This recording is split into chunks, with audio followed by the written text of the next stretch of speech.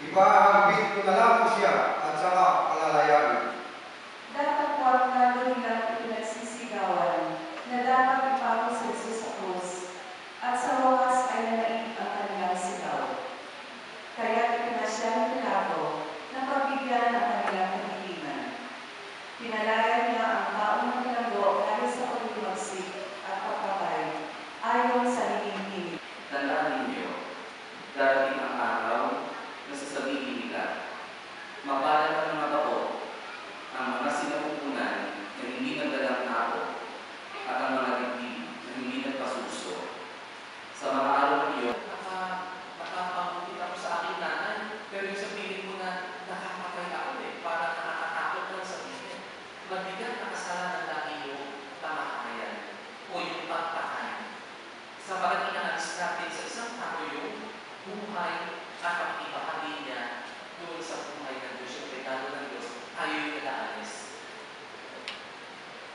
Kaya lang, pwede mo siguro magmalaki ang napakarami sa atin na, Father, kami naman ay hindi kumakatay sa laban sa Diyos. Physically, hindi tayo kumakatay.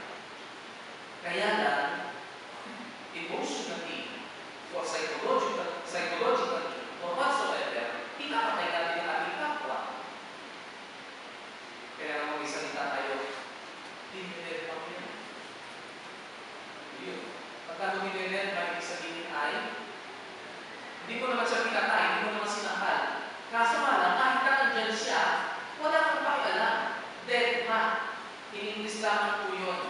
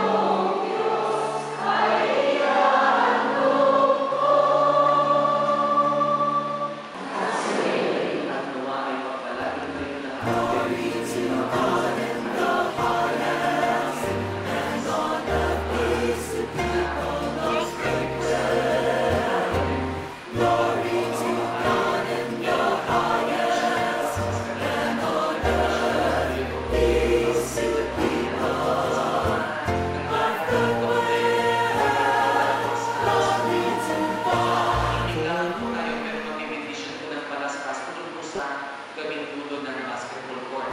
Pero